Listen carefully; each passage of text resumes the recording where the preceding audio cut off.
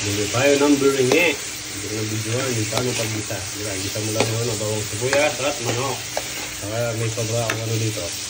Puso ng manok. Saka may lagyan natin ang atay. Wala tayong malong-malungan guys. O yung guys, talagyan na natin ng atay. Atay ng manok. Parang ganyan. Kaya kulay ganyan, lagyan ko ng turmeric powder. Luto natin, tapos lagyan natin ng alam mo na, gata. Okay guys, tapos muna natin. Maluto yung manok at yung mga atay at puso ng manok. Alright. Oicha. Mga guys, yan na.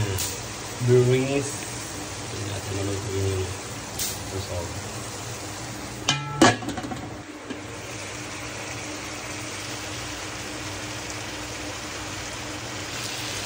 Ito pala yung ginawa kong ano, tatlong buko. Ayun ang umaga. Koko naman yung mama. Koko mama, koko mama, koko mama. Alright. Izaba. Alright. Mas maraming kata, mas masarap. Kumaya na yung ano, koko mama. Ano natin yan.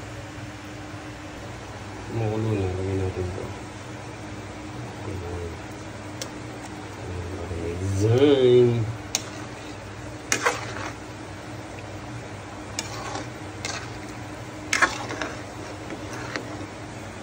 Pan natin ulit. Right. Kumulo na, tanggalin natin yung mga manok, patay, carrots.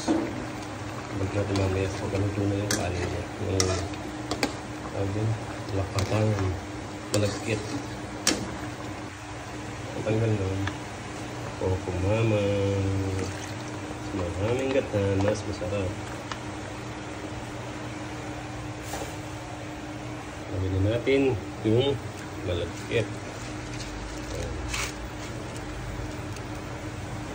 Tingnan natin. May nalang. Ano po siya na maligit.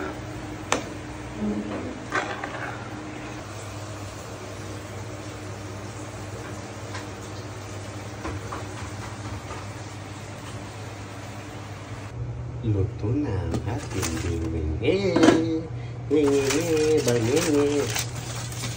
Aray ko! Biringi. Sheesh!